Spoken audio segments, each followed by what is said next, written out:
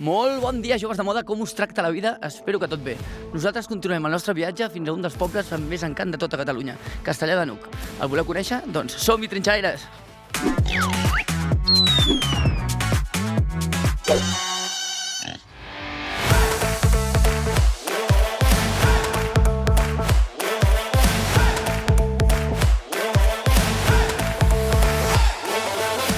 Amb 164 habitants i situat a 1.395 metres d'alçada, trobem Castellar de n'Hug, a la comarca del Berguedà. Als seus peus hi neix el riu Llobregat i és considerat un dels pobles més bells i més bonics de tota Catalunya. Com altres pobles de Catalunya, amb els seus carrers i cases empedrats, Castellar de n'Hug manté una estètica de poble tradicional de muntanya. Aquí podreu gaudir d'unes vistes espectaculars del Pirineu i el Prepirineu, i amb una mica de sort podreu veure algun ramat pasturant i fins i tot fauna local. A Castellar de n'Hug sempre hi ha hagut molta tradició ramadera i aquí podem veure una representació del que seria un antic refugi de pastor. Quan els pastors anaven amb les ovelles i feia mal temps, tenien construccions com aquesta per poder-se refugiar del fred, del vent i de la pluja. Durant tot l'any, el poble acull festes i activitats culturals que celebren les tradicions catalanes i un dels exemples més clars és el concurs internacional de gossos d'atura. Passa dreta, Coloma! Passa dreta. Coloma, jau! Jau, Coloma!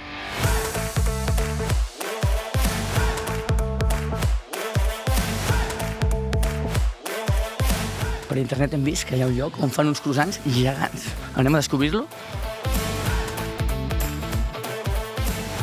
Arnau, per què croissants gegants? Doncs mira, és una història bastant curiosa. En principi es feia un tipus de pasta que es deia coca de pastor. Està feta amb la mateixa pasta, igual, és a dir, una pasta de full, igual, amb la mantega igual, i era punxadeta, portava una miqueta de sucre, ametlles, total. Que quan ho feia el meu pare normalment era els petits que veieu allà, d'acord? I es feia també les coques aquestes. Això era una fornada gran, era una mica més gran a la pasta de full perquè ens entenguem. Llavors, en la segona normalment en feia una altra més petita, amb una mica més de croissants, perquè s'havien vengut, etc. Total, aquell dia em va vendre aquelles, i normalment les coques de pastor estaven aquí damunt on veieu. Què va passar? Que la meva mare les va retirar, ho va netejar, va pujar dalt a l'obrador i li va dir, escolta, si no les veus, compte que les he netejat. El meu pare havia estat amb les seves i no la va escoltar. Què va passar? Que va agafar i va fer una altra gran pensant que no hi havia coques. Quan va pujar la meva mare i va veure que feia una de gran, li va dir, escolta, que no m'has escoltat. Una mica de discussió de parella i van dir, hòstia, doncs fes-ne uns de grans, li va dir la meva mare, perquè també, veieu que tenim pans de 2 quilos allà i això, doncs li va dir, fes-ne, els feia iguals, diu, fes-ne un parell, els poses a l'aparador, faran goig, farà maco. Els hi van posar i la gent van començar, hòstia, que els veneu, que en veneu, que en veneu. Un dia li va dir a la meva mare, hòstia, fes-ne uns quants, i si es venen, molt serà. I a partir de llavors, i ara ja, crec que això deu fer, va ser el 84, quan va néixer la meva germana, o sigui que ja fa 41 anys d'això. Ara ja es veuen una mica tot arreu, però aquí en principi la gent, clar, quedaven parats perquè era l'únic lloc on es feien, no? Mira, n'hem arribat a fer, que és una cosa que per mi la pudor era increïble, anxoves de l'escala. Ens el va fer... Crec que era un amic del meu pare que venia de la zona de Roses, que crec que queda a prop d'aquella zona. I ens el va demanar d'això. La veritat, l'olor no era... Us explicaré una anècdota. Me'l van demanar de sobrassada i formatge. Em demanen 5 croissants de sobrassada i formatge, rotllo, em truquen ara, cap de setmana que ve pujarem, 5 croissants de... Vaig dir, bueno, agafen, van entrar. I dic, bueno, ara vindrà el cotxe, no?, per vindre a buscar. No, és per esmorzar. Bueno, vaig pensar, aquests també, van fer el puta i... Se'ls van fotre. Un cada un. 5 croissants grossos. Però que ja poden pedalar ja. Però no, una cosa vaig pensar, hòstia, i són, és el que us dic, clar, 400 grams de farcit ja no és, o sigui, és indiferent. És que qualsevol cosa que sigui mig quilo ja és molt, doncs fa bé, devien fer, recordo que devien fer quilo 300, quilo 400. Molt bé. Un cada un, sí. Ja portem uns quants minutets de vídeo i t'està agradant, perquè jo sé que t'està agradant i encara no t'has subscrit, sisplau, subscriu-te, que ens ajudes molt a nosaltres i ajudes el contingut en català. I, per cert, has vist l'anterior episodi? Hem vingut fins aquí per pujar al tren del ciment. Actualment és un tren turístic que fa el recorregut des de la Pobla de Lillet fins al Museu del Ciment.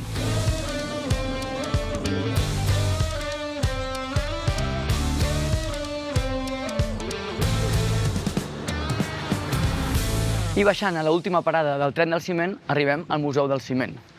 El Museu del Ciment explica la història de la antiga fàbrica Aslan, que va ser la primera fàbrica de ciment Portland de tot l'estat espanyol.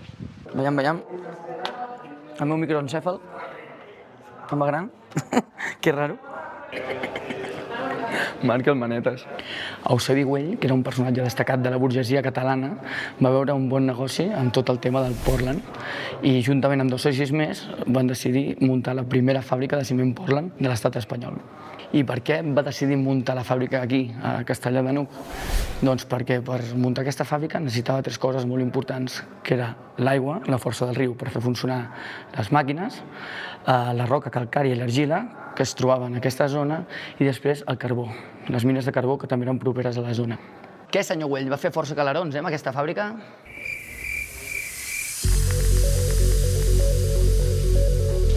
En aquestes sales s'emmagatzenava el clínquer que venia per les parcel·leres superiors amb uns vagonets que el deixaven caure cap aquí baix.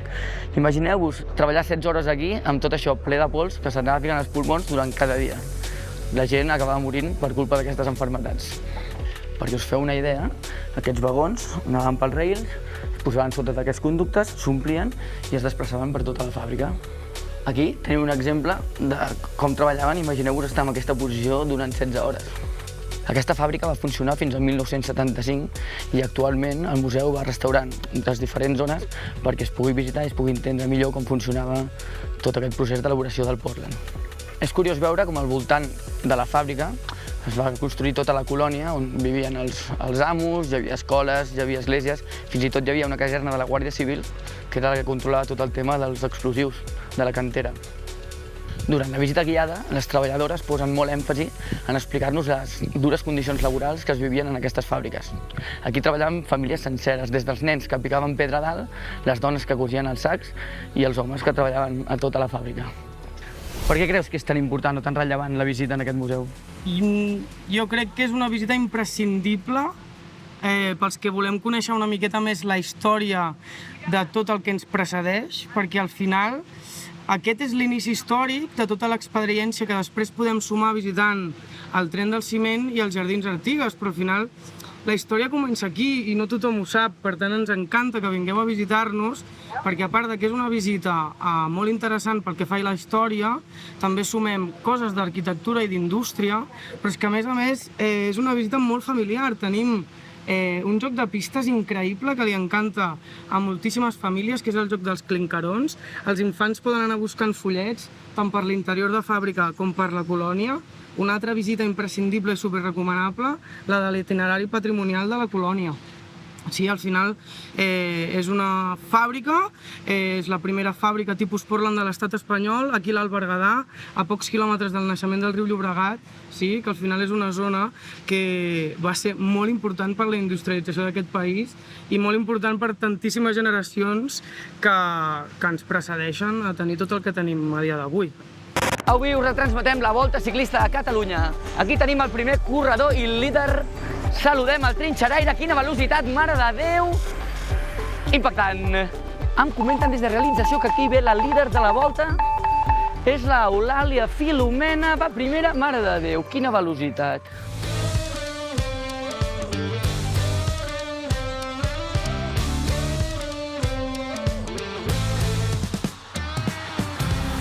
Doncs comencem.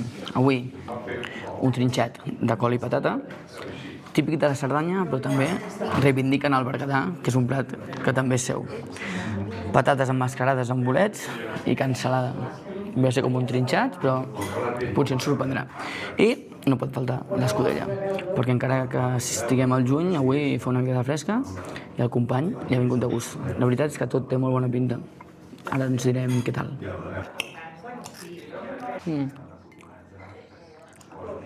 I per continuar amb els segons, peus de ministro, galta de porc i paella amb bolets. Són plats tradicionals que són una aposta segura. Vols provar la meva mousse? On anem ara? A les fonts del Llobregat. El naixement del Llobregat.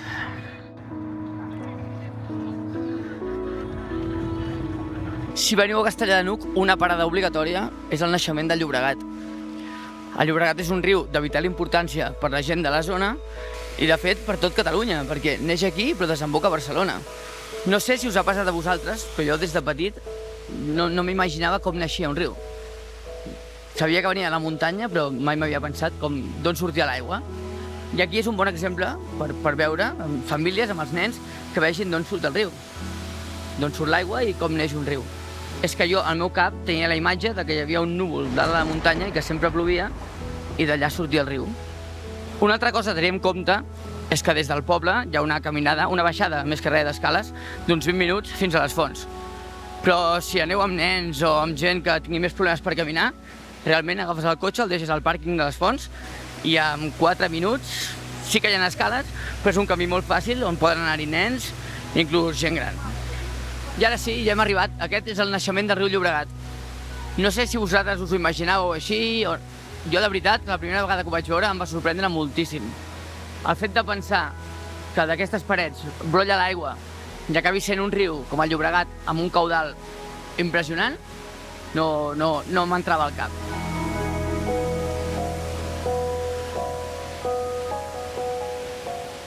La companyia és molt bona, però nosaltres ho hem de deixar aquí. Esperem que us hagi agradat aquest episodi i ens veiem en el següent. Fins un altre, trinxeraires!